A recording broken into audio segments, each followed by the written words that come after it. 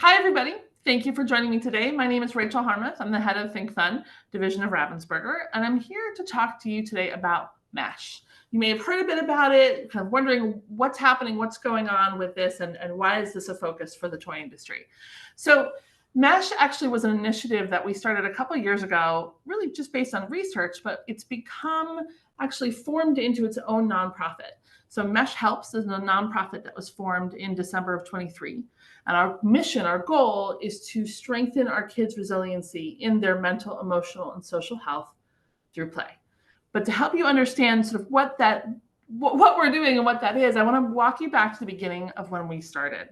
So a couple of years ago, in the middle of the pandemic, ThinkFun wanted to take a really hard look at what was happening out in the industry. And we went out, we were talking with consumers, we were talking with retailers, and we found there was a really substantial shift from what we had been hearing years before and up through in the beginning of the pandemic, and then in the middle of the pandemic, and then eventually post-pandemic. And the shift really came around about what parents and caregivers were thinking about when it came to their kids. It was no longer about academic success. It was no longer about STEM. These things are really important, of course, but the conversations, the everyday pieces that were happening were really shifting to be about kids' mental health. Parents were worried about their kids. And so we realized that we needed to kind of take a step back and dig in and understand what was happening. And as we started doing the research, we also realized that this was way above our pay grades as a bunch of toy execs, and we really needed some help. We needed some expert to come in and help us understand what was actually happening with our kids. So we invited Dr. Gilboa to join us. She's a family physician out of Pittsburgh and has spent the last 15 years studying resiliency in kids and families, actually even in adults and wider groups, and really could help us understand three things. We asked her what was actually happening, what do kids need to be more resilient for their mental health, and then to help us figure out how we do that through play. How do we do that with what we do? But what we found in this process is actually we came in with some pretty strong assumptions. And let's see if you share some of these assumptions. Our first assumption was really that it was about social media and honestly maybe focused on teenagers, especially female, right? And the idea of social media and the impact social media has. The second piece was that we really also thought it was a lot about the pandemic. I mean, heck, we all were in a very different mental place as everything in our world changed. And so we assumed a lot of this was about that experience. And the third assumption is that the toy industry actually already had the answers and that we should just make sure everyone knows what those answers were. So those are the three assumptions we came in with. And what we found through the process is that we actually were pretty wrong on most of them. And so I'm going to walk you through this a little bit. What we found in the research when we're looking at the assumption that it was about social media and about teenagers, partially that's absolutely correct, right? Yes, for teenagers, there's a massive, massive increase in what's happening in mental distress for them. But we also were finding research that was going far younger. We were finding research down to the ages of 5 and 6 with ER visit increases and with anxiety and with reported hopelessness all the way down to those ages. So while we were correct that it has a big impact, that's not what this is about. This is far bigger and wider than what we had assumed. The second piece was that it was about the pandemic. And so we really truly dug in and we're like, we understand that as we were all feeling it, we also were noticing our kids all feeling it. But what we found is that the issues that were arising in children's mental health started pre-pandemic, actually quite a bit pre-pandemic. They were growing and rising, and they are expected to last long after the pandemic is officially over. And that was a big moment for us because we were realizing is that it wasn't that this was created by the pandemic. What the pandemic did is bring it to light, allow us, we joke, we sort of poured gasoline all over it, lit it on fire, right? But it allowed us to talk about it. It allowed us to see it in a way and acknowledge it and dig into it more than we ever had before. And this is where the stat that was one of the biggest moments for us is this 89% stat, where the research is showing that 89% of parents currently say that their kids' mental health is more important to them than their kids' academic achievement. And that's a huge shift from where we were 10 years ago, right? And so that was that big moment for us to go, wow, okay, we really need to understand this. We need to figure out how to address it, right? And what can we do?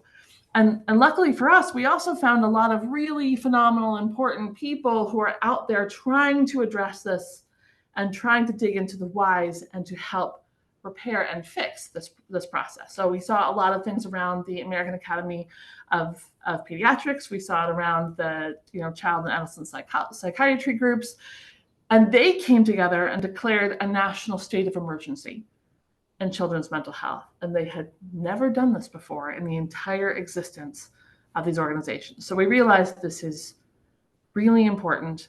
This is really happening. And we want to make sure we can do our part. What can we do to help with this? We also read a lot about the Surgeon General's reports, some really interesting pieces in there. So we knew people are focused on what this is and how to address it. But our question again came back to, what can we do? How do we find a way to, through toys and games, through play, which is what we do, have an impact on our kids and help to build their resiliency? So we pulled all this research together in a white paper that's out there. So here's the QR code. If you want to scan it, take a chance to read the white paper. I will be honest, have a big glass of wine. When you read it, it is hard. It is hard. And it was interesting for us to go through this process, because the more we got into it, the more we realized the importance of it and the growing levels of it. And we knew we needed to do something. So that brought us to our third assumption. So we kind of thought the toy industry already had the answer. If we look at what's sold over the last, 3, 4, 5 years, the stuffed animals, the super squishy plush, sensory toys, fidgets, these are all things that have gone astronomically high. And we know when you look at a kiddo who picks up and plays with them, it helps them soothe, right? So we thought, oh, well, this is the answer. So we went to Dr. Gabella and we're like, oh, but we've got this, right? Like, this is it. And this is where it got really, really interesting for us. So she helped us understand that this is essential. Comfort and recovery is essential for a child who's in distress. But that doesn't make them stronger and more resilient the next time change and challenge comes into their life. And that was an aha moment for us, because every child will experience change and challenge. Every child will go through some form of mental distress.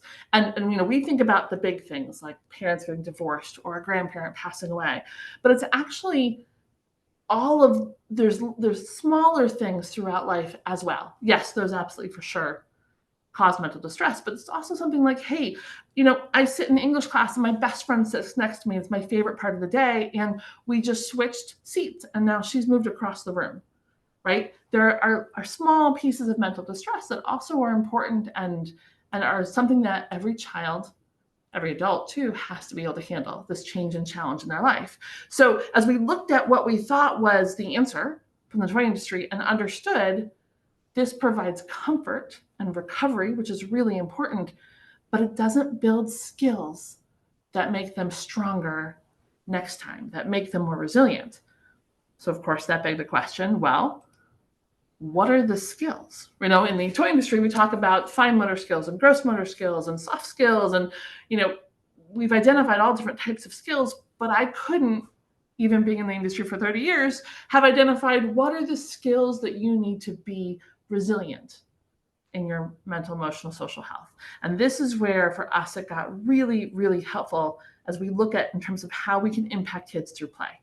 So with Dr. Gabella and the research, we identified 8 skills that are the crucial mesh skills that help kids build resiliency: problem solving, perseverance, adaptation, conflict resolution, self-regulation, self-advocacy, cognition skills, and communication strategies. This made sense to us. We're like, oh, okay, we get it now. We want to build these skills. Awesome. We know that play does this. So then we had a great moment where we sort of thought we'd found it. And I actually was like, I'm going to go into a toy store and I'm going to find products that do this. And I literally did this, you guys. I walked into a toy store, right? And I picked a skill. I'm like, okay, self-advocacy. Here we go. And I stood in the toy store staring around going, I have no idea what toys build self-advocacy? How do I know what play builds these skills? And so we realized there was another step that we needed to do. We needed to translate the idea of play, building these skills, into products and play patterns that made sense, that as a parent or a caregiver or toy exec, we could understand would have an impact on kids' resiliency. And so we translated these 8 skills into 4 play patterns. This would be a way that we could easily understand, hey, what's the type of play that builds these skills? So we found play that is about overcoming obstacles. And guys, these are play patterns, not categories of play. It's not like it's, well, science kits or outdoor play or, play sets or whatever it is. It's about the play patterns, which can be across all different areas of types of products, but overcoming obstacles. So products that are about problem solving, that are about having a challenge that a child needs to overcome, right? Storytelling.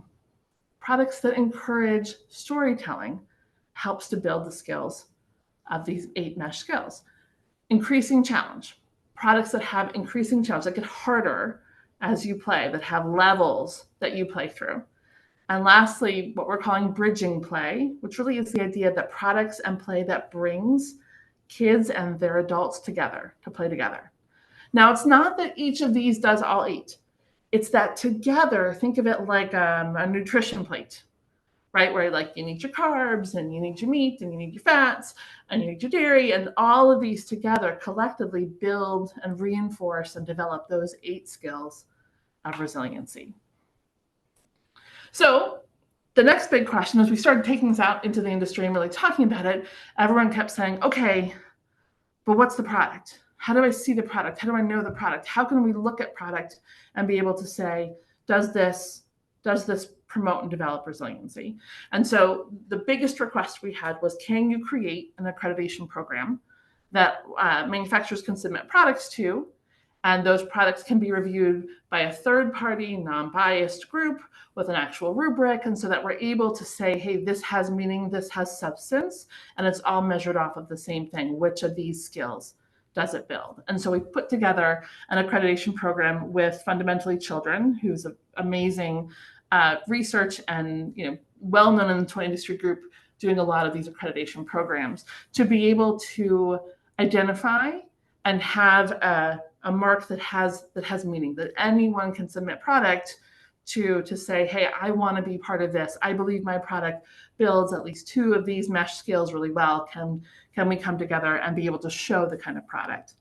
So this is where I come to you guys to say, this is what we're doing. This is what we put together. The nonprofit was formed so that it was outside of any specific manufacturer or group, and it was open for everyone in the toy industry, along with an accreditation program to help to build awareness and identify what these products are. But I want to come to you and say, we all can be part of this. We can do it in our work as we develop the products that children use in their everyday lives, but we also can do it in our personal lives. We put together the 5 steps at the end of the white paper about how we can make a difference. And I look at this and say, even in your personal world, take a look, see these 5 steps and say, what does 3 and 4 mean for you, right? For the toy industry, we can say we can design products that emphasize these skills, and we can communicate and demonstrate why this is important. But it's more than just that. What can you do in your personal life with your kids or your community to help to build the skills that build kids' resiliency so that we can strengthen their mental, emotional, and social health? Thank you for joining us, and we hope that you will join us online. We're at meshhelps.org as we reach out and say, help us help kids through Mesh. Thanks so much.